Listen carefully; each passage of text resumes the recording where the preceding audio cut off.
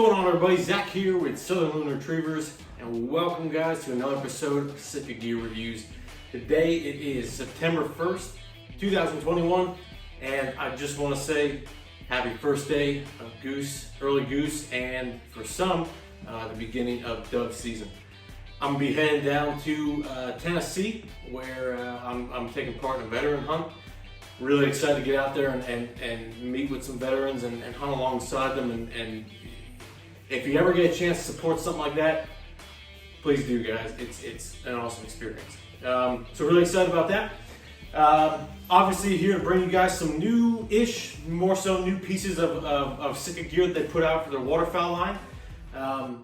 But before we do, I don't do this anytime, but in lieu of recent events, as a veteran myself, I want to take a quick break here in the video before we get started to remember the service members, Marines, across all branches who lost their lives over in Afghanistan. Okay, guys, please look up their names, read their stories, and never forget them. Okay, but let's press on here with the video. Today we're going to be looking at two pieces of cold weather gear for the waterfowl line that Sitka recently put out.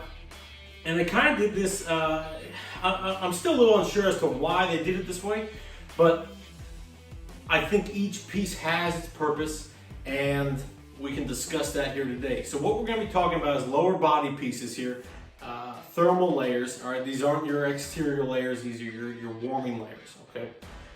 First one, let's talk about the piece I have right here in front of me, which I'm going to say is probably I don't want to call it the lower end because they're both very high quality, of course. But this is, in terms of price, this is cheaper. And I think functionality, you get less features with it. And I'll explain why. It's very slight, but I'll explain. So let's take it right off the page. So these are the gradient pants. They are in waterfowl marsh and timber, like I got here. They are 169 online right now. Got a 4.5 out of 5 on reviews. There's 18 of them.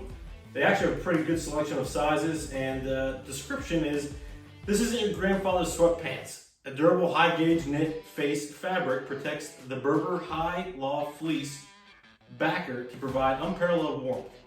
Articulated patterning and a gusseted crotch prevent bunching, while tapered legs cut bolt to fit comfortably under waders. Hip pockets keep essentials at the ready. All right, so let's dive into this, okay? And then we'll get into the upper level, okay, which is right beside me here, all right? Now, these are very straightforward pieces, all right? These are strictly pants, no suspenders. They have, like, Sitka's kind of standard belt right here that is really just the front piece. And again, it's a normal buckle, as we've seen in other pants. All right, we've got one of their moderate or medium-sized snap buttons here. Good normal zipper. Again, when they say sweatpants in the description, the feel and the weight, kind of think of those old, I can't think of the brand, but they're like in Walmarts everywhere. It's like if you're looking for that standard pair of sweatpants, like this is kind of the weight in a good way, because you want that thick material, but where those sweatpants, you may pay like $10 for them, and if you get a little bit of sweat on them, they don't breathe, okay? Nor do they really retain as much heat. Granted, tried and true sweatpants, man, you'll still catch me wearing some sweatpants underneath my waders. But this is definitely the next level up if you want to expand on your thermal layers, all right? So think of these more so as the highest quality sweatpants. But the lower end on are thermals with the lower body gear for the waterfowl line. Moving down, it has two normal size pockets. And again, it's pretty much a straightforward sweatpant, kind of thermal layer on the back, the front, all the way through. We got our logo right here on the right thigh. On the bottom, it has nice stirrups with that rubber material that grips. Love that. And I love pants that have these because I hate, like I said in the description, I hate bunching. And that's just literally like if you're wearing a pair of sweatpants, whether they're joggers or not, they just like ride up on your leg and this bunches up on your calf, okay? So what's nice about this is not only did they include the stirrups as a backup, okay, but it's elastic at the bottom here, and it's not tight, okay? I'm 5'10", about 195. It's not tight, all right? It definitely slims down, as you can see, as you get closer to the stirrup here at the bottom, but it's not tight. So that's something critical. On the inside, we have that Berber fleece that they talk about, and this is kind of the go-to for their thermal line, which is really awesome. The crotch, like they talked about, pretty much what they did is they just took and we've seen this in other pants that they put out, they just took another piece of material and added it straight in, like wings almost, and you definitely feel it. Another nice little feature of the zipper here, it is a double zipper, so if you all know, it's like, it's a pain in the butt trying to go number one when you have, you know, zipper, roll down sweatpants, another zipper, you know, so it makes it a little bit easier. But very straightforward. I've used these, I do like them, and then what we're gonna talk about next came out, and I realized, okay, these have their purposes in certain environments. So, front and center, we're gonna move on to the gradient cold weather bib, okay? It's still a gradient category, and they do that in terms of warmth, the level of warmth in which they're putting out for that piece of clothing. So the gradient cold weather bib, this is their newer piece in the waterfowl line for the lower body accent. It's $199 online. It comes in marsh and timber. It has 9 reviews and it's a 4.5 out of 5. Most of the sizes are available, and the description is, when the temps are at their lowest, the gradient cold weather bib is the best layering option to be worn under the Delta waders. With its non-compressible, ultra-thick fleece providing an insulation layer that will not compress under pressure while standing in or wading in waist-deep water. So, I'm going to break down the difference between these two and why I like this one a little bit more, but why you can't really pick and choose in terms of warmth. It's more so what applies to what. And I'll explain that. I'm sure it doesn't make sense one bit, but. So, let's break this down and then we'll go into the differences. So starting from the top, big difference here, or what we see is we have suspenders, okay? They're knit into the back here, all right, from the inside, and these are very stretchy. We don't really see these suspenders on really anything else in the waterfowl line, so it's definitely a new look for them in terms of suspenders. A little bit lighter, but I feel like if you put a lot of pressure on these, they're gonna snap, okay? But it could be wrong. I haven't field tested these too much.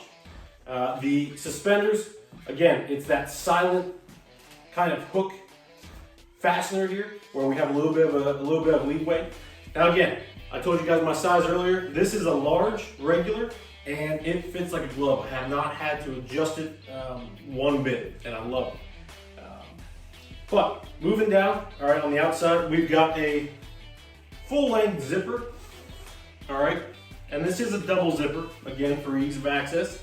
And this goes all the way down to your waist, which is really nice. All right, we've got our logo here on the left chest. The back and the legs have nothing on it, but the big difference here is we have the Berber fleece on the outside and the inside. Usually when you see this, it's strictly a insulation layer, okay, where we see it with these pants, the gradient pant themselves, they kind of have a water resistant outside layer where, okay, if it gets a little bit wet, it's not a big deal, it'll repel it. And it's not waterproof, but it will repel a little bit. With these, they're pretty much saying, okay, listen, this is solely an insulation layer, you're only wearing this under your waders, and we know that. They took that little bit out, and where you sacrifice that water resistance, you gain a little bit more in warmth, all right? And obviously flexibility. I mean, they're a little bit more stiffer with that layer on there, but you really notice it not that much, but we want to break down every detail. All right, so that Berber fleece goes all the way down to pretty much, I would say, your ankles for me. And what you have here is they took the stirrup away in this, all right? And what they did is they took what feels like the material that we see on a lot of the jackets in Sitka's line, the waterfowl line, where it's on the collar, kind of that lighter fleece, almost that velvety kind of feel. And And it's actually a nice touch because it grips onto your skin a lot better. All right, so they did away with the stirrups, which you'll have some backlash for, because some people love stirrups like myself. Other people, they're okay with them. But the whole idea here is once they get to the ankle, they're trying to avoid the bunch factor like they keep talking about. They don't want bunch, okay? Because it's a pain in the butt, literally, all right? So they compressed it. This is pretty much think of it like a compression sleeve, all right? Wraps up around your ankle as it, your calf starts to grow with that muscle line, all right? And it actually, I'm not gonna say you have to fight your way through the actual pant leg to get your foot through, but it's a healthy kind of compression where you're not squeezing your dang foot in there. And I've got size 12, 13 feet, and I'm not fighting to get through there, but it holds very well. And I have had these on under waders, not with the Delta waders yet, but with just normal waders before I got those. And I really, really fell in love with this because we didn't get this till the end of the season. It was super cold. And everyone knows, by the end of the season, all your gear is demolished, and so is your soul, and you're just ready for the end of the year, right? For some of us. But I got this, and man, it was like that morale boost. Like, here, I'm gonna toss you an energy drink, get back into the game, and man, it was just like, let's go. I'm ready to go, because you get that new piece of equipment. It's kind of I guess you'd say the cutting edge, and you get right back into the game. So let's dive into the differences here and maybe where they apply in different environments, okay? Big difference, of course, suspenders, okay, versus stirrups. That's gonna be kind of the big comparison out of these two pieces of attire, all right? These are nice. I like having suspenders. Mainly because it's just another layer that holds everything up, okay? Does it pull? No, it doesn't. Some suspenders, whether you adjust them or not, they'll pull on that material and just bunches by itself down below. This does not do that. There's a nice balance in between there. This just kind of sacrifices that because you're just wearing it at the waist level, okay? So there's really no pulling or tension anywhere up here in the chest area. That being said, where that just is a stirrup piece by itself, your heavy-duty sweatpants, so to speak, you don't have all the warmth up here to your chest. This literally is a back, I don't want to call it a backup wader, but it's your entire wader length insulation. This takes it and sits right above or right below my chest, and it has insulation from the top to bottom. That fleece is all the way through the gradient BIBS here. And I think that's going to be what really pushes this into this is a late season insulator, where this also is, don't get me wrong. I think in terms of warmth, this one just sits ahead a little bit more because it's more devoted to that attribute, just being a thermal layer. You also gain a lot more of that thermal barrier, where this also has the same amount of warmth, you just don't have as much coverage area, or much surface area, so to speak. So if I had to pick one where I'm going to a cold environment, I would rock these night and day, okay? I love these. They're really nice and flexible. You can move around freely. Sometimes you forget you have them on. Super warm, okay? So late season, utilize these guys. If you're just kind of moving in, transition into that, it's like that early, late season, these are great, okay? And again, climate and your demographics will determine which one you utilize. Of course, someone hunting down, dang Everglades, or somewhere in the deep south, you're not really going to see this used as much, okay? But if you're up in Canada, which I know I have a couple viewers on here that are up there, this may be these both may be great pieces to have, and they each have their purpose, all right? But again, man, I gotta go with the BIBS just because they're so comfortable. So let me know in the comments, guys, what you think of each piece. If you've used them, which one you prefer. Just kind of tell me your thoughts on it, and we can kind of converse back and forth there. Beyond that, please subscribe. I appreciate you guys watching the video. Let me know if you want to see anything else or anything different in the comments. I'm all ears. and go read the stories on those veterans and make sure you guys remember those names. So, thank you guys for watching, and we will see you on the next episode of Sitka Gear Reviews. Try to catch me howling at the moon.